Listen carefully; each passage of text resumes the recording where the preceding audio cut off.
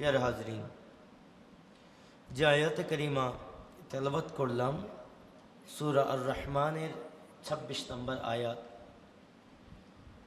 আমার আল্লাহ বলছেন কুল্লু মান আলাইহা ফান, সব কিছুই একদিন শেষ হবে, ধ্বংস হবে। যেমনিভাবে মাহে রজবুল মুরাজ্জব যখন আমাদের কাছে এসেছিল, তখন রসুল পাকের হাদিস মোতাবেক আমার নবী বলেছেন আল্লাহুম্মা বারিক লানা রজব ওয়া শাবান ওয়া বাল্লিগনা রমাদান। এই হাদিসের আমল মোতাবেক আমরা রজব আসার পর থেকে রমজানের রিমাইন্ডার আমাদের মধ্যে শুরু হয়ে গিয়েছে এবং রজবের মধ্যে লাইলাতুল মেরাজের মতো মহান রাত আমরা পেয়েছিলাম।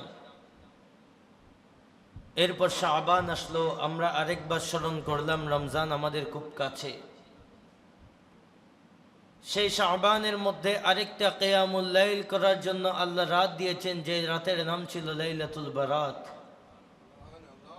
এরপর মাহে রমজান আসলো, প্রথম জুমা আদায় করলাম, দ্বিতীয় জুমা আদায় করলাম, তৃতীয় জুমা আদায় করলাম, চতুর্থ জুমা আদায় করলাম, আজকে পঞ্চম এবং আখেরি জুমা। এবং আজকে একই সাথে রমজানের আখেরি দিন এবং আখেরি জুমা। তো যেমনি ভাবে রজব এসেছে, শাবান এসেছে, রমজান এসে রমজান আজকে বিদায় নিচ্ছে, একইভাবে দুনিয়াতে আমরা এসেছি। আমাদের শৈশবকাল, আমাদের কৈশোর, আমাদের তারুণ্য, আমাদের যৌবন, বার্ধক্য, এভাবে প্রত্যেকটা স্টেপ, অনেক কয়েকটা স্টেপ পাইও না। একটা সময় এমন আসে আমাদের দুনিয়া থেকে বিদায় নিতে হবে, যেমনিভাবে মাহে রমজান আমাদের থেকে বিদায় নিচ্ছে।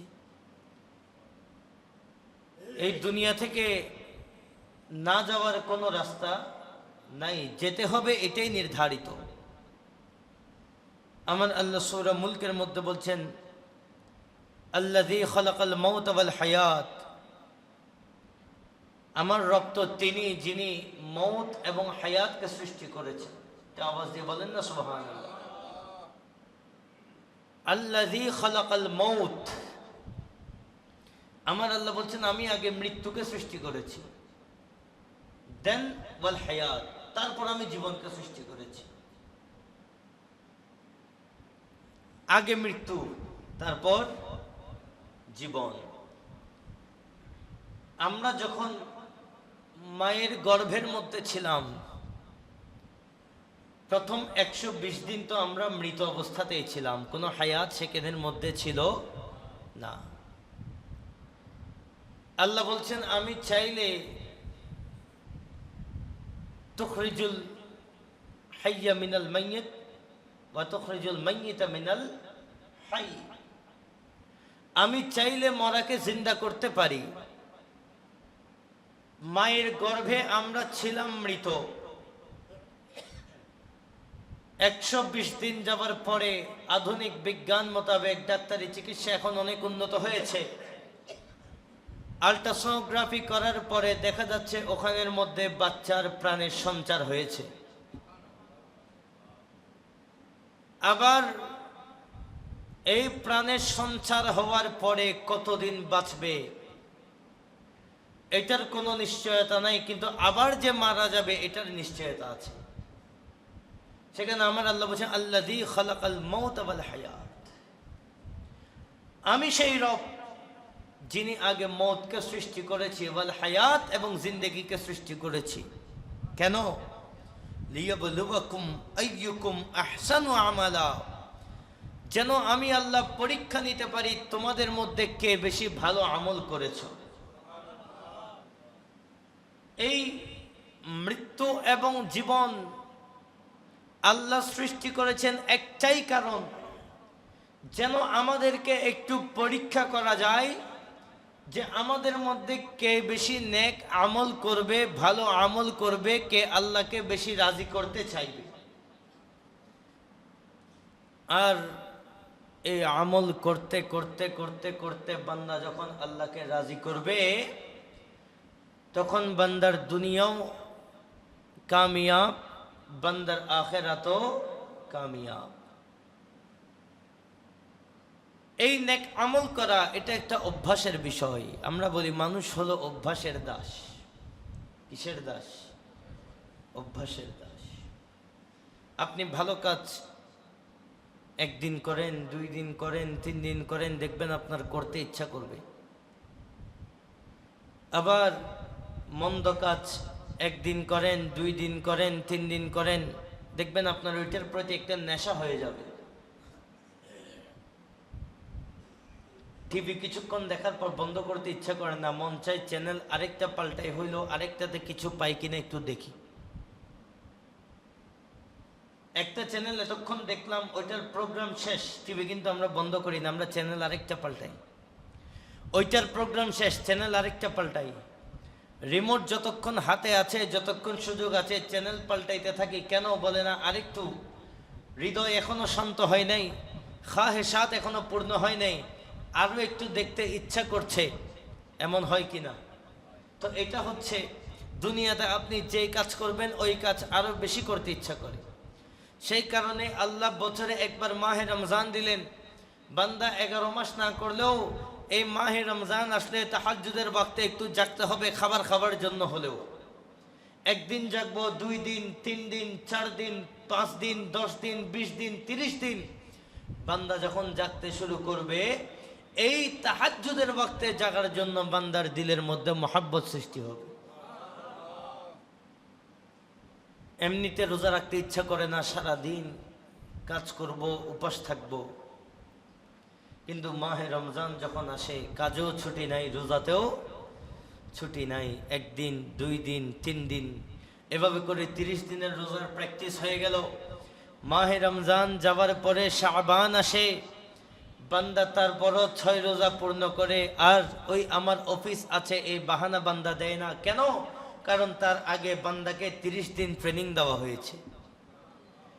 এই ট্রেনিং এর জন্য আমার আল্লাহ রমজান দিলেন।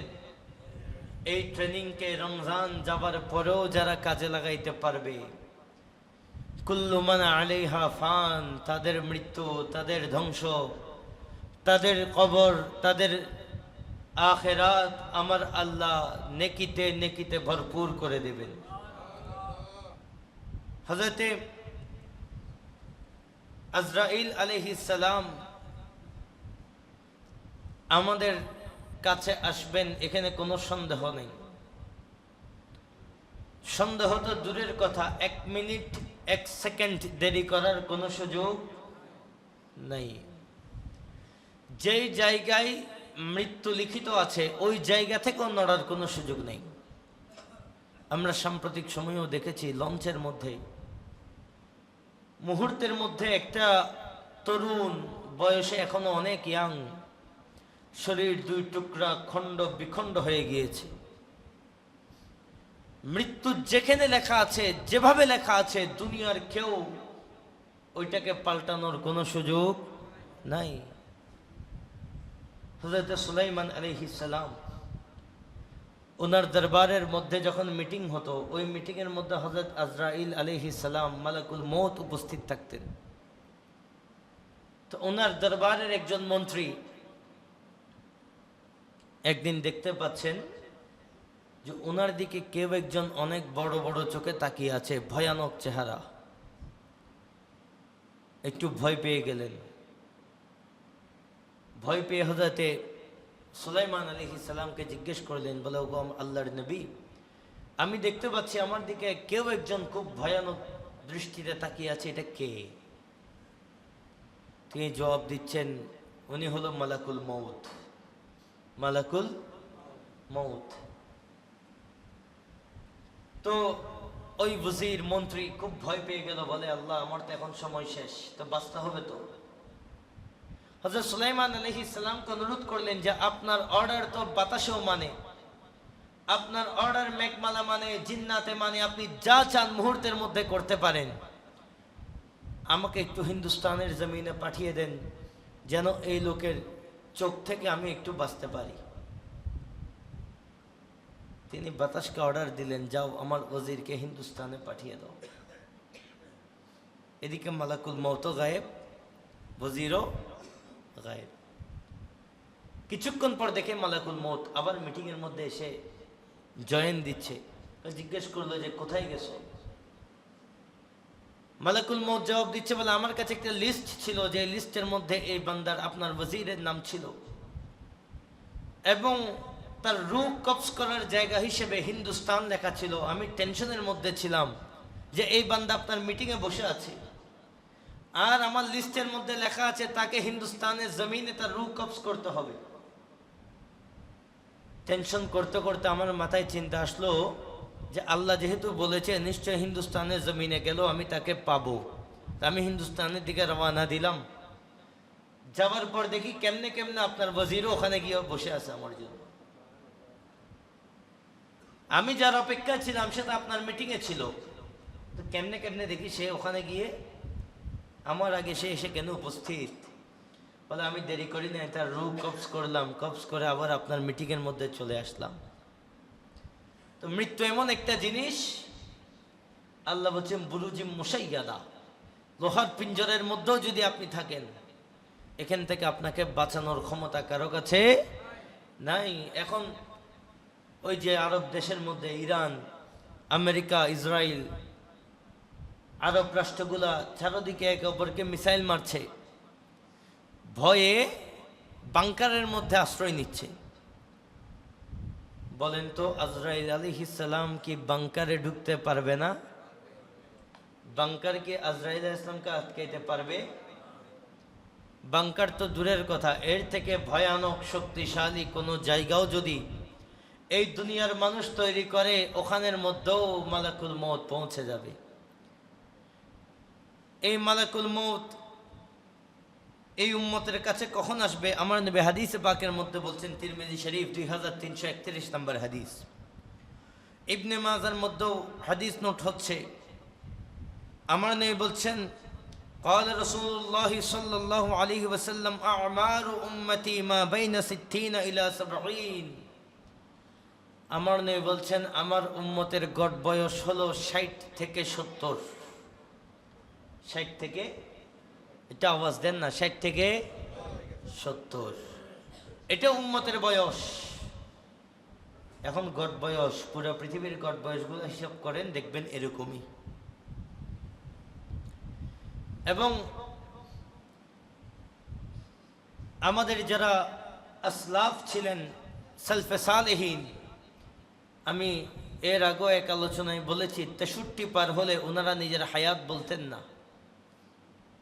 ওনাদের খেয়ালের মধ্যে ছিল রহমতুল লিল আলামিন দুনিয়ার জমিনে 63 বছর ছিলেন। আমি 63 পার হওয়ার পর যতটুক হায়াত কাটাচ্ছি এগুলা বোনাস, এগুলা পাওয়ার কোনো যোগ্যতা আমার কাছে নাই। আমাদের এখানে 70 পার করেছেন এমন কেউ আছেন? মুরব্বীদের মধ্যে 70 পার করেছেন আছেন? আল্লাহ আপনাদেরকে আরো হায়াত দান করুক। এটা আরো জোরে বলেন না আমিন।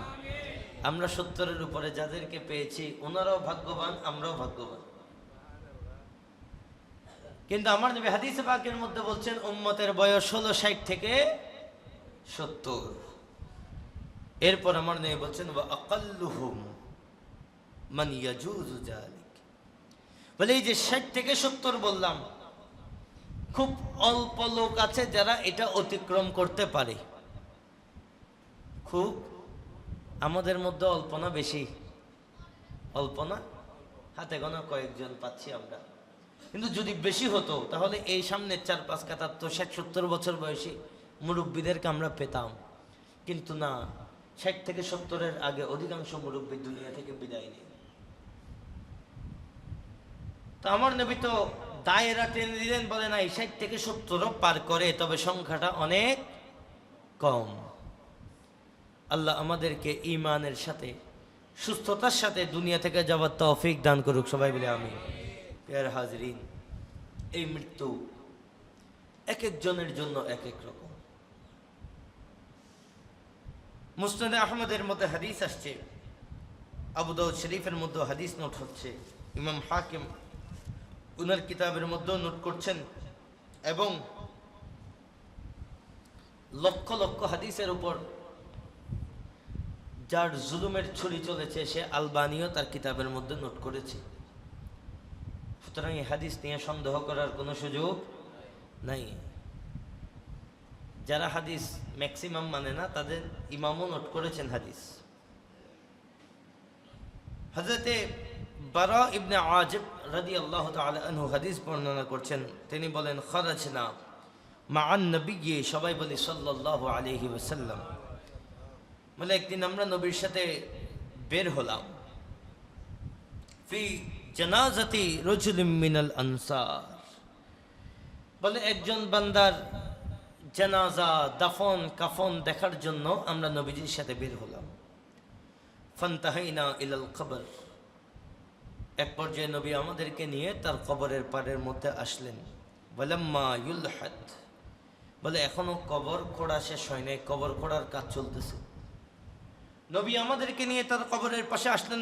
ফাজালাসা রাসূলুল্লাহ সাল্লাল্লাহু আলাইহি ওয়াসাল্লাম ওয়া জালাসনা হাওলাহু, বলে আমরা নবীজি তার কবরের পাশে বসলেন, আমরাও নবীজির সাথে বসলাম। তা আওয়াজ দিয়ে বলেন না সুবহানাল্লাহ। কাআন্না আলা রুউসিনা আত-তায়র, বলে এমন ভাবে বসলাম যেন আমাদের মাথার উপর পাখি বসছে, নড়াচড়া বন্ধ। মাথার উপর পাখি বসলে আপনি নড়লে পাখি কিন্তু জায়গার মধ্যে থাকবে না। বলে মাথার উপর এমন ভাবে বসলাম যেন মাথার উপর পাখি বসেছে, এমন বিনয় নম্রতা আদব নিয়ে আমরা বসলাম, নড়াচড়া বন্ধ। কিন্তু আমরা বড় দুর্ভাগা, এমন জামানা আসছে কবর নিয়েও টিকটক চলে। আওয়াজ দিয়ে বলেন না নাউজুবিল্লাহ। মোবাইল আমাদেরকে এমন ভাবে ধ্বংস করেছে, কবর নিয়েও এখন মোবাইল ভিডিও চলে, টিকটক চলে।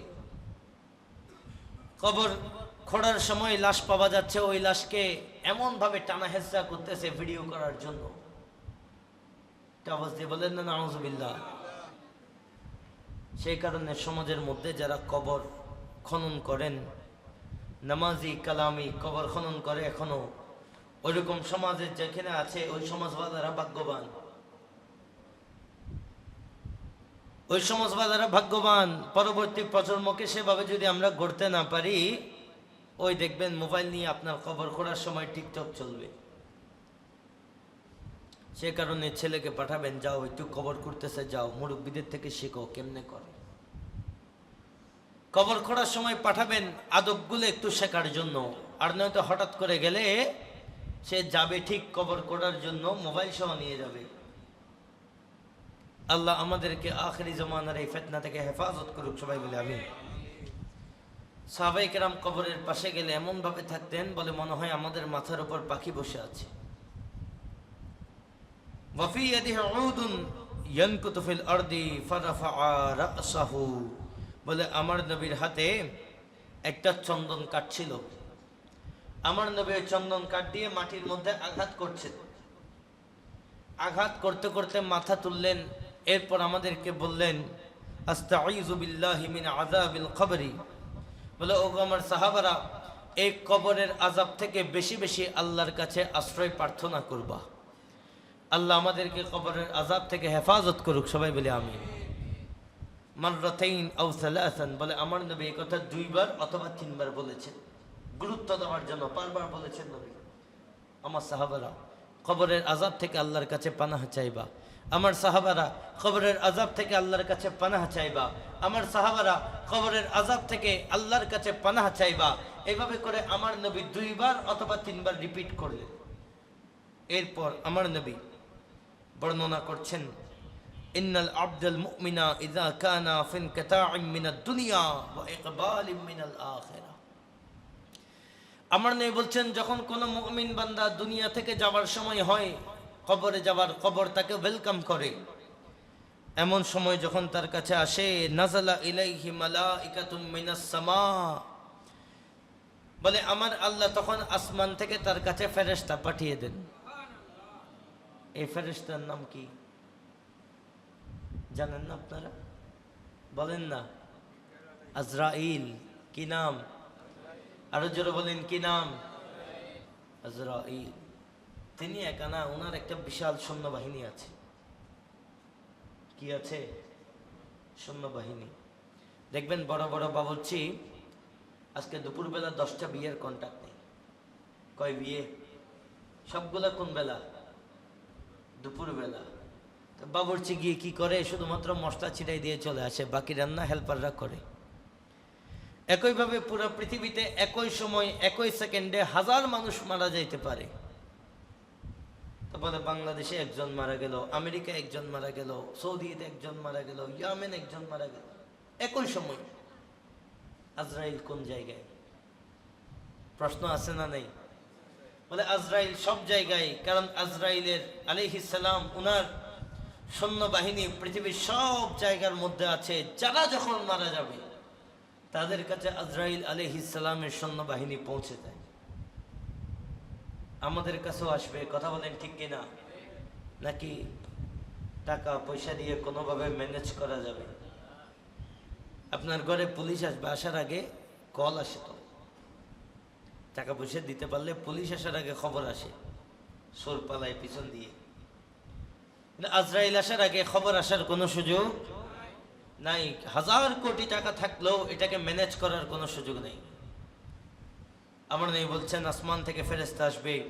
কেমন ফেরেশতা? বলে বিদুল উজুহি কান্না বুজুহাহুমুশ শামস, বলে এত সুন্দর উজ্জ্বল চেহারা, যেন চেহারা দিয়ে সূর্যের আলো বের হচ্ছে, সূর্যের আলো বের হচ্ছে।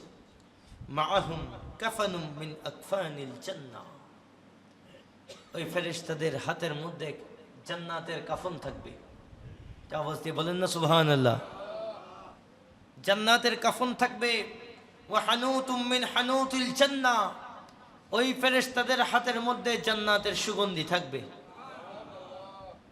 হাত্তা ইয়াজলিসু মিনহু মাদ্দাল বাসর, এই ফেরেশতারা কতক্ষণ থাকবে? বলে যতক্ষণ না বান্দা চোখ বন্ধ করে দেয়।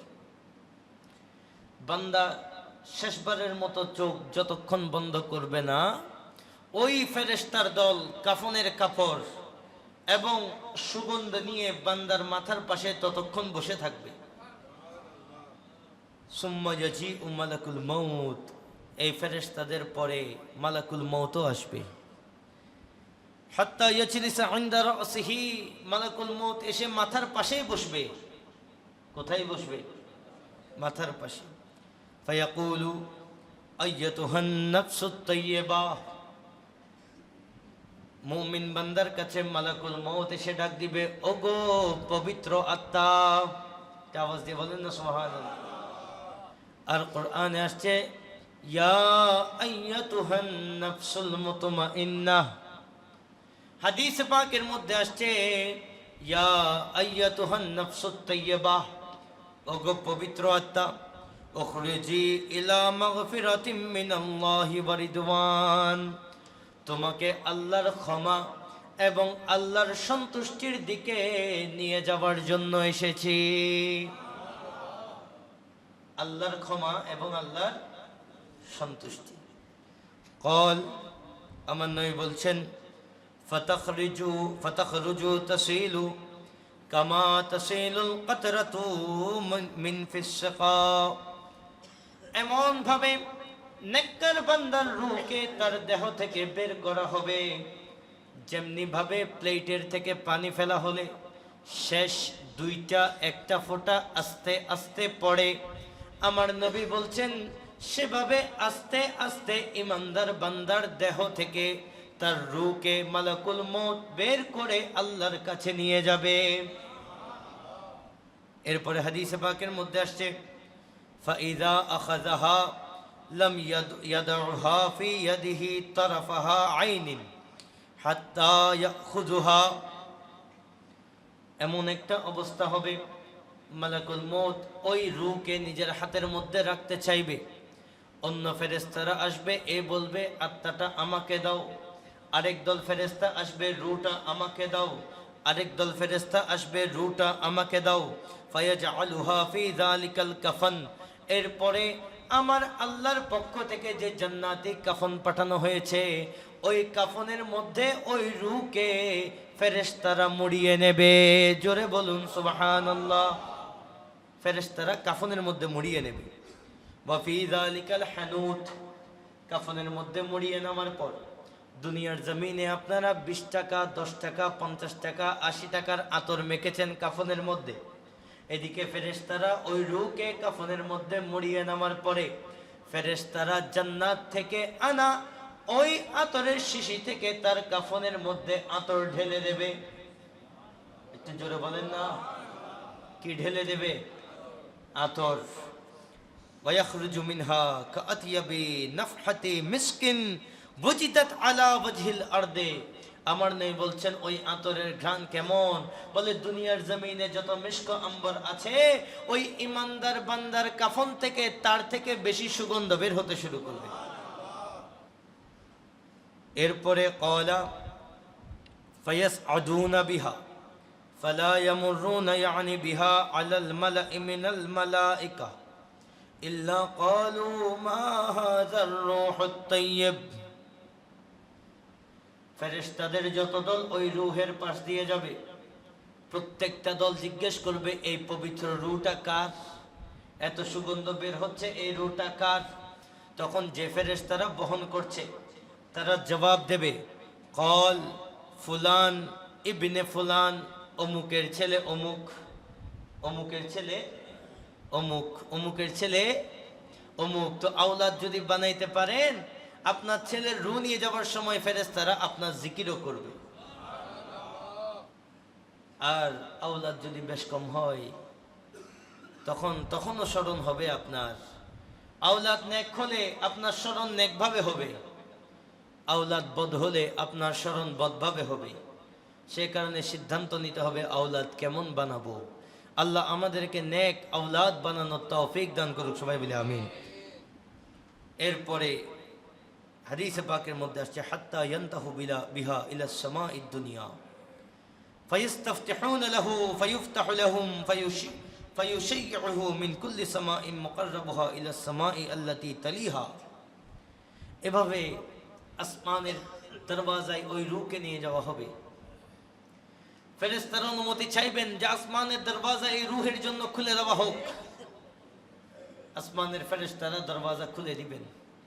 প্রথম আসমান, দ্বিতীয় আসমান, তৃতীয় আসমান, চতুর্থ আসমান, সপ্তম আসমান, এভাবে যাওয়ার পরে এক পর্যায়ে আমার আল্লাহ বলবেন ফেরেশতারা থামো, উকতুবু কিতাবা আবদি ফি ইল্লিয়িন, আমার বান্দার নেক আমলগুলা একটু ইল্লিয়িনের মধ্যে জমা রেখে দাও। ইল্লিয়িন একটা ভালো জায়গা যেটাকে আল্লাহ বানিয়েছেন শুধু নেককার বান্দার আমলের ব্যাংক হিসেবে। বলে আমার বান্দার আমলগুলাকে আর উপরে তোলার দরকার নাই, বলে ইল্লিয়িনের মধ্যে জমা রাখো। ওই ইল্লিয়িনের মধ্যে জমা রাখবে। এরপর এক সময় তার কাছে ফেরেশতা আসবে, তার দেহের মধ্যে রূহ দেওয়া হবে। আমার রাসূল হাদিসে পাকের মধ্যে বলছেন ফাতুআদু রূহুহু ফি জাসাদিহি, তার শরীরের মধ্যে রূহ দিবে। এটা আওয়াজ দিয়ে বলেন না সুবহানাল্লাহ। তো রূহ দেওয়ার পর বান্দা জেতা না মরা? আপনারা বুঝেন নাই মনে হয়। রূহ দেওয়ার পর জীবিত না মৃত? তো বলে কবরের মধ্যে মৃত। মৃত মানুষের সাথে কিসের প্রশ্ন? মৃত মানুষকে যদি প্রশ্ন করার সুযোগ থাকতো তাহলে তো মারা যাবার পরে কবর পর্যন্ত যাওয়া লাগতো না। ফেরেশতারা ঘরের মধ্যে এসব প্রশ্ন করতে পারে। মালাকুল মউত ঘরে আসছে, আপনি দেখেন নাই তো। একই মুনকার নাকিরও যদি ঘরে এসে প্রশ্ন করতো, আপনার দেখার কোনো সুযোগ নাই। তো কবর পর্যন্ত কেন? বলে মৃত্যু হচ্ছে দুনিয়াতে চোখ বন্ধ করা থেকে কবরে রাখা পর্যন্ত। কবরে যখন বান্দাকে রাখা হয়, বান্দা নেককারও হতে পারে, বান্দা বদকার হতে পারে, বান্দা মুসলমান হতে পারে, বান্দা হিন্দু বৌদ্ধ খ্রিস্টান হতে পারে। তাকে দাফন করার পরে, তাকে পোড়ানোর পরে আমার আল্লাহ তার বডিকে পুনরায় তৈরি করে সেই বডির মধ্যে আমার আল্লাহ আবার রূহ ফেরত দিয়ে দেন। এখন রূহ ফেরত দেওয়ার পর বান্দাকে মরা বলার কোনো সুযোগ? তো আমি আপনি যদি কবরে যাওয়ার পর জিন্দা হই, আমি আপনি কবরে যাওয়ার পর জিন্দা, আমার আপনার মধ্যে নেককারও আছি বদকারও আছি। আমি আপনি কবরে যাওয়ার পর জিন্দা হলে খাজা বাঙ্গাল খাজা কালুসা কবরে মরা। তা আওয়াজ দিয়ে বলেন না। খাজা কালুসার কথা বললাম, আপনারা নাউজুবিল্লাহ পড়ছেন। আমাদেরকে মাঝে মধ্যে অনেক কেউ বলে হুজুর আপনাদের হুজুরদের মধ্যে ঝামেলা বেশি। হুজুরদের মধ্যে কি বেশি? ঝামেলা বেশি। আপনারা এক হুজুর, অনেক সময় এক হুজুরের পিছনে নামাজও পড়েন না, নামাজও পড়েন না। তো আমি আপনাদেরকে বলি, খাজা বাঙ্গাল খাজা কালু শেখ আমি মরা বললাম, আপনারা নাউজুবিল্লাহ পড়েছেন। তো যে বান্দা মিম্বরে বসে বলে আমার নবী মরা, যে নবী জিন্দা বলা হয় সে নবীকে তালাক, আওয়াজ হয় নাই? আরো জোরে বলেন না নাউজুবিল্লাহ। ওই বান্দার পিছনে নামাজ পড়লে নামাজ হবে? ওই বান্দার পিছনে তো নামাজ পড়লে নামাজ হবে না। ওই বান্দা যে কুফরি করেছে ওইটার উপর যদি কেউ বিন্দু পরিমাণ সন্দেহ করে, তার পিছনে নামাজ পড়লে সে নামাজও হবে না। যেখানে বদকারকে কবরে দিলে বদকার জিন্দা, আমার নবী রওজে পাকে কেমন জিন্দা এটা বলার কোনো ভাষা আমাদের কাছে নাই। তো বলে জিন্দা হইলে ওখান থেকে বের হয়ে আসে না কেন? জালেমরা অনেক প্রশ্ন করে। তো আমি বলি তুমিও তো মায়ের পেটে জিন্দা ছিলা, আল্লাহ হুকুম করার আগ পর্যন্ত বের হয়ে আসো নাই কেন? কথা বলেন না ঠিক কিনা? তুমি তো 5 মাসে বের হয়ে আসো নাই, 6 মাসে বের হয়ে আসো নাই, অথচ তুমিও তো জিন্দা ছিলা। জিন্দা থাকলেই বের হওয়া যায় না। আল্লাহ যখন যাকে যেভাবে বের করতে চায় বের হবেন। তো হাসরের ময়দানে বের হবেন, শুধু বের হবেন সেটা নয়, বাদশার মতো করেই বের হবেন। তো হাদিসে পাকের মধ্যে আসছে ইমানদারকে রু দেওয়া হয়, এরপর 2 জন ফেরেশতা আসে। রু না দিলে ফেরেশতা এসে কাম নেই। তারপর আমার নবী ফায়াতিহি মালাকান ফায়ুজিল লিসানিহি, প্রথম প্রশ্ন করে মান রব্বুকা, রব্বি আল্লাহ। জিজ্ঞেস করে তোমার রব কে? এটা আওয়াজ দিয়ে বলেন না রব কে? আরো জোরে বলেন কে? সূরা হামিম সিজদা আমার আল্লাহ বলেন ইন্নাল্লাযীনা ক্বালু রাব্বুনাল্লাহ, এই দুনিয়ার জমিনে যারা বলে আমার রব হচ্ছেন আল্লাহ, আমার রব কে? সুম্মা ইসতাকামু, এরপর ইস্তেকামত থাকে। কেমন ইস্তেকামত? বলে আল্লাহকে রব মানার পরে ব্যক্তি জীবনে হারাম থেকে নিজেকে দূরে রাখে, কারণ তার রবকে। আল্লাহকে রব মানার পরে পারিবারিক জীবনে পরিবার, স্ত্রী, সন্তানকে নিয়ন্ত্রণ করে, কারণ রবকে। রব আমার বউ না, যে বউ যা বলবে শুনতে হবে। রব হচ্ছেন কে? রব আমার মা না, মা যা বলবে তা শুনতে হবে। রব হচ্ছেন কে? মাও যদি রবের বাহিরে যায়, মায়ের কথা নয়, কার কথা শুনবো? ইস্তেকামত থাকার অর্থ হলো অর্থনৈতিক জীবনে আল্লাহকে মানতে হবে। সুদ, ঘুষ, হারাম, হালাল একসাথে হয়ে যাবে। হারামকে এক সাইডে রেখে হালালকে নিতে হবে, কারণ রব আল্লাহ। বলছে যারা এভাবে ইস্তেকামত থাকতে পারবে, তাতানাজ্জালু আলাইহিমুল মালাইকা, আমার আল্লাহ তাদেরকে সুসংবাদ দিয়ে তাদের দরবারে আমার আল্লাহর ফেরেশতা পাঠিয়ে দেবেন। একইভাবে কবরের মধ্যে তারাই আল্লাহকে রব বলবে যারা দুনিয়াতে হর দম হর ওয়াক্ত যারা আমার আল্লাহকে মানতে পেরেছে। আল্লাহ আমাদেরকে সেই বান্দাদের মধ্যে অন্তর্ভুক্ত রাখুক, সবাই বলে আমিন। এরপর জিজ্ঞেস করবে ফায়াকুলান লাহু মা দীনুকা, তোমার দিন কি? ফায়াকুলু দীনিয়াল, আর জোরে বলেন দীনিয়াল, আমাদের ধর্মের নাম ইসলাম। ধর্মের নাম ইসলাম, কিন্তু কর্মের নাম তো আমাদের ইসলাম না। আমাদের ধর্মের নাম ইসলাম মানে হচ্ছে মইনুল ইসলাম, কর্মের মধ্যে তো আমাদের ইসলাম নাই, আমারও নাই, আপনারও নাই। ইসলামের কথা বললে আমরা অনেক সময় লোড নিতে পারি না। তো যারা দুনিয়াতে ইসলামের লোড নিতে পারছি না, কবরে গিয়ে আমরা আশা করছি না ফেরেশতা জিজ্ঞেস করা মাত্র মুখস্থ করে যাব দীনিয়াল ইসলাম বলে দিব, সম্ভব হবে না। যারা দুনিয়াতে ইসলামের জন্য কাজ করেছে, আহলে সুন্নাত ওয়াল জামাতের জন্য কাজ করেছে, ইসলাম প্রতিষ্ঠার নিয়তে যাদের সংগ্রাম ছিল, তারা কবরে যাবার পর ফেরেশতা জিজ্ঞেস করলে মূর্খ মানুষ আরবি জানেও না, তো জবান দিয়ে বের হয়ে যাবে দীনিয়াল ইসলাম।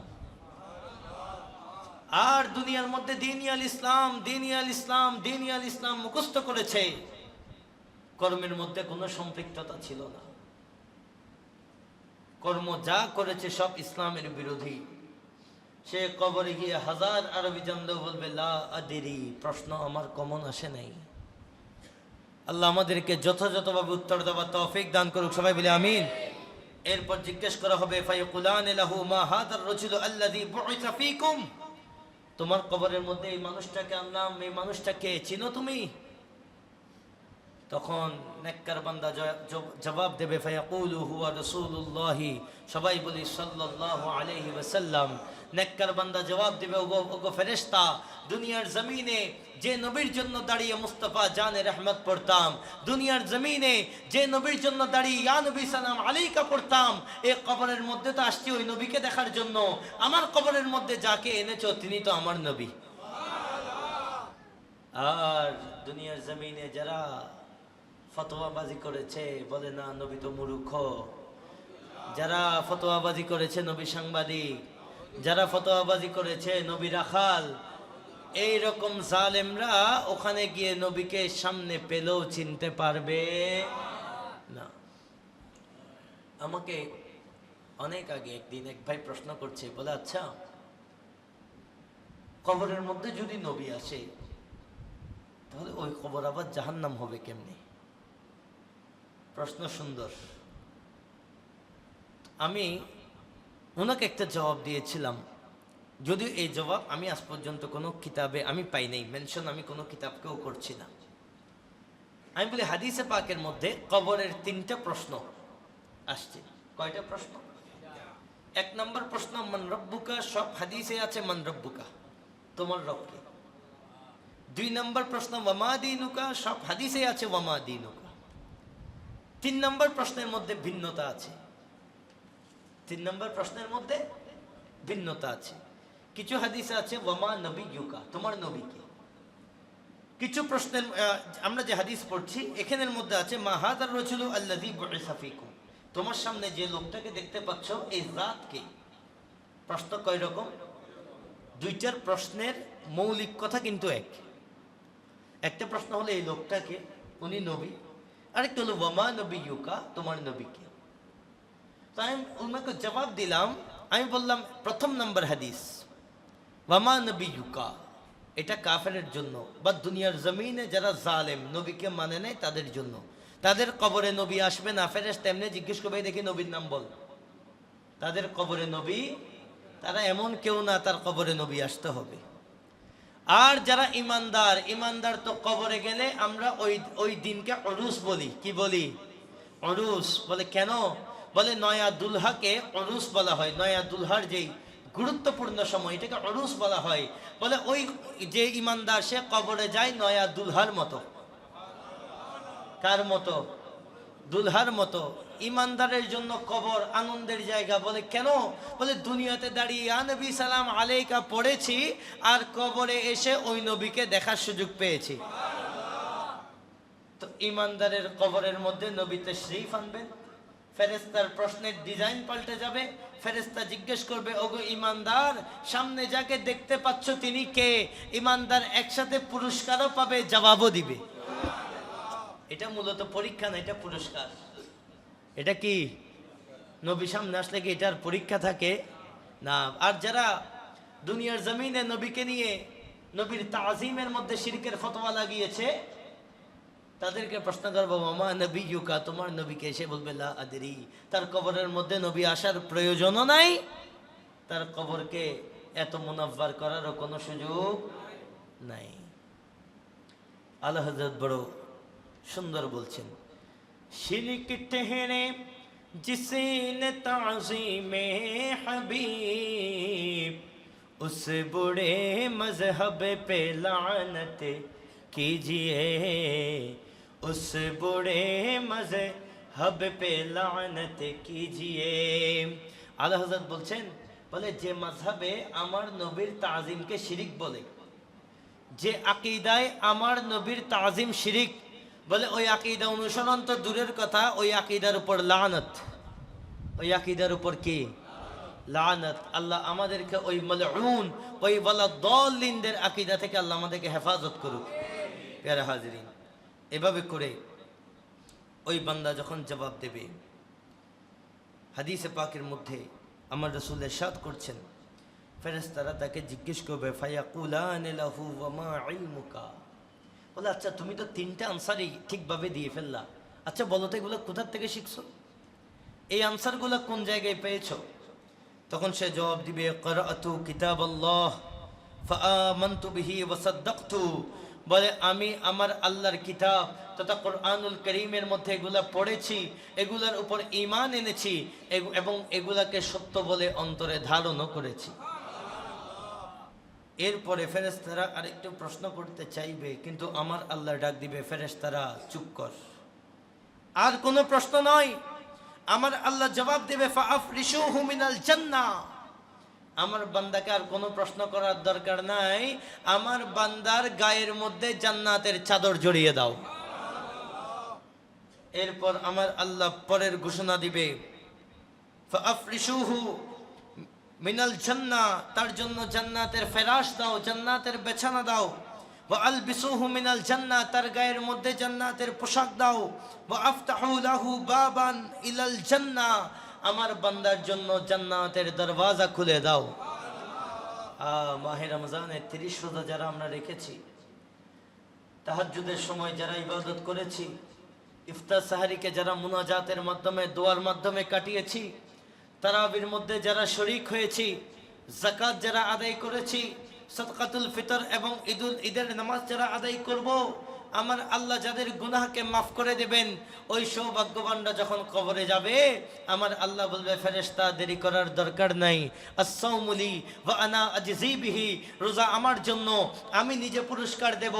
আমি আল্লাহ ঘোষণা দিচ্ছি আমার বান্দার জন্য জান্নাতি বিছানা বিছিয়ে দাও, আমার বান্দার গায়ের মধ্যে দুনিয়ার এই অল্প কাফন নয়, আমার বান্দার গায়ের মধ্যে জান্নাতি পোশাক দিয়ে দাও এবং আমার বান্দার জন্য জান্নাতের দরওয়াজা খুলে দাও।